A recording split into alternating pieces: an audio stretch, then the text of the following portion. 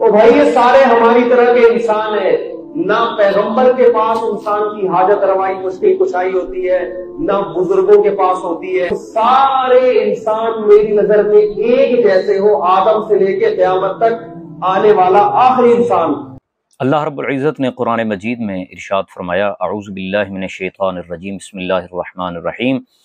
وَلَوْ أَنَّهُمْ إِذْ ظَلَمُوا أَنفُسَهُمْ جَاءُوكَ، اگر یہ لوگ اپنی جانوں پر ظلم کر لیں تو اے پیارے محبوب وہ تیرے پاس آ جائیں، فَاسْتَغْفَرُوا اللَّهَ، اللہ سے بخشش مانگیں، وَاسْتَغْفَرَ لَهُمُ الرَّسُولُ،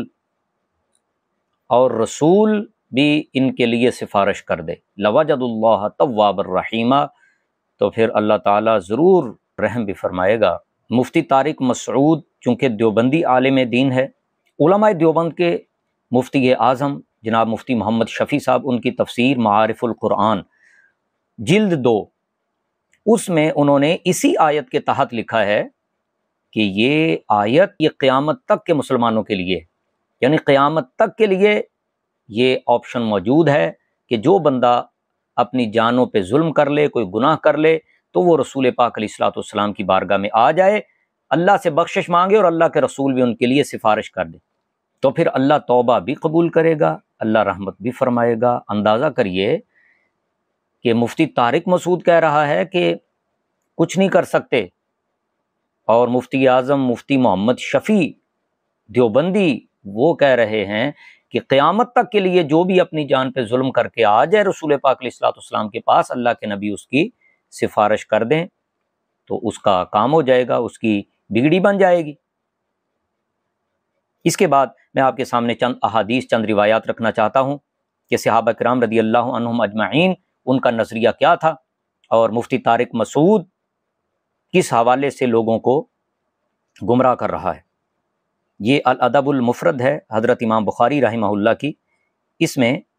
967 نمبر روایت ہے۔ حضرت ابن عمر رضی اللہ عنہما کا پاؤں سن ہو گیا، تو ان کو بتایا گیا کہ جن سے آپ کو سب سے زیادہ محبت ہے، اذکر احب الناس الیک، ان کو پکاریں،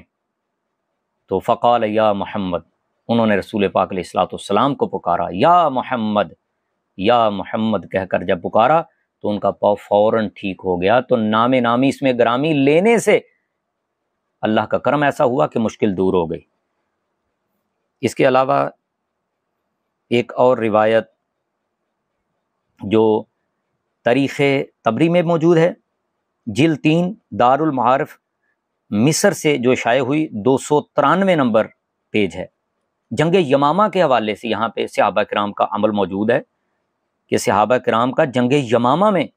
یہ نعرہ تھا، یہ عمل تھا، وَقَانَ شِعَارُهُمْ يَوْمَئِذٍ یا محمدا، یا محمدا، یہ پوری سند کے ساتھ امام ابن جریر طبری اس روایت کو لے کر آئے ہیں۔ صحابہ کرام جنگ یمامہ میں پکار رہے تھے، یا محمدا، اے اللہ کے محبوب ہماری مدد کیجئے۔ منادا کے آگے الف اور ہا آ جائے، گرامیٹیکلی معنی استغاثہ کا بن جاتا ہے، مدد مانگنے کا بن جاتا ہے۔ صحابہ حضور علیہ الصلوۃ والسلام سے بھی مدد مانگ رہے ہیں، نعرے لگا رہے ہیں، اور یہی روایت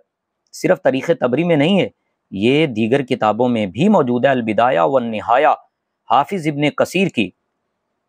یہ جلد نمبر 9 ہے، اور اس کا صفحہ نمبر ہے 469۔ اس میں بھی انہوں نے یہی جنگ یمامہ کے حوالے سے صحابہ کرام کا معمول یہاں پہ بیان کیا ہے کہ وہ جنگ یمامہ میں صحابہ کرام پکار رہے تھے، یا محمدا، یا محمدا۔ اور پھر یہی الکامل فی التاریخ امام ابن اسیر جزری المتوفی 630 ہجری، انہوں نے بھی اس روایت کو بیان کیا ہے کہ جنگ یمامہ میں صحابہ کرام رسول پاک علیہ الصلوۃ والسلام کو پکار رہے تھے، یا محمدا، اے اللہ کے رسول ہماری مدد کیجیے۔ تو صحابہ کرام کا تو یہ نظریہ ہے، یہ عقیدہ ہے، یہ سوچ ہے، اور مفتی طارق مسعود وہ اس حوالے سے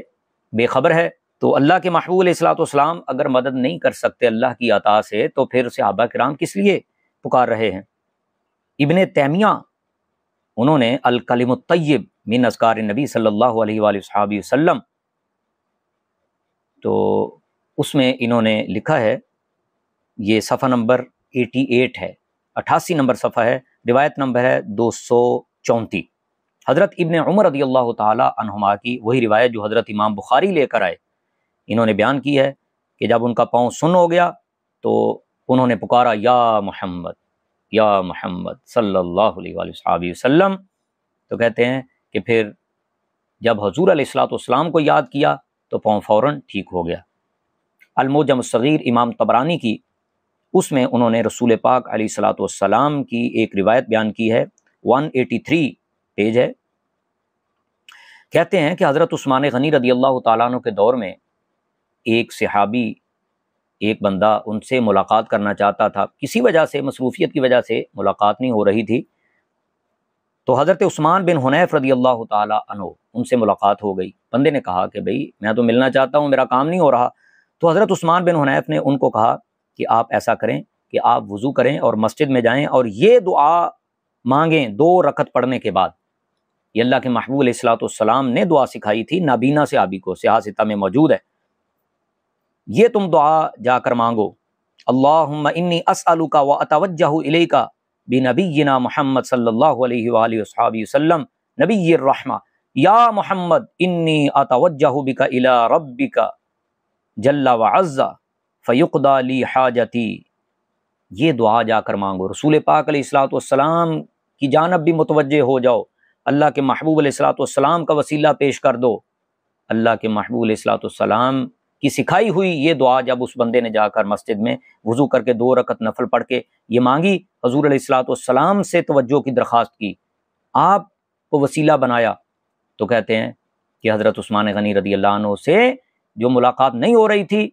وہ ملاقات کا سبب بن گیا، میری ان سے ملاقات ہو گئی، مشکل دور ہو گئی، مشکل حل ہو گئی۔